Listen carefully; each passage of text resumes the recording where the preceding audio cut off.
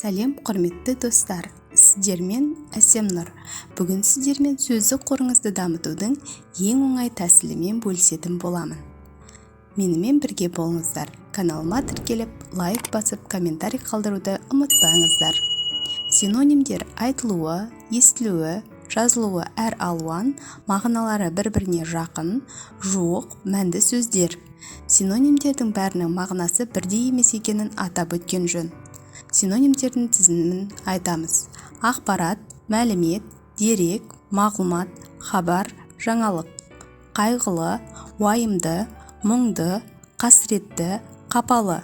Семірту, шелдену, майлану, тойыну, жуандау, толу, қоңдану.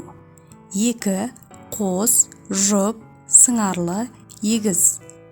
Құнды, қымбат, бұлды, татымды, бағалы, арзан емес.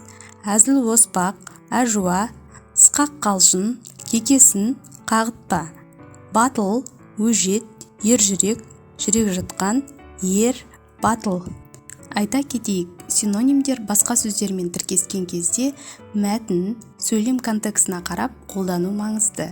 Себебі кейде синонимдердің бірінің орнына бірін әр уақытта қолдана беруге келмейді. Неғұрлым көп синоним сөз білу сөздік қорыңызды кеңейтеді. Сіздермен болған Әсемнұр. Каналыма тіркеліп, лайк басып, комментарий қалдыруды ұмытпаңыздар.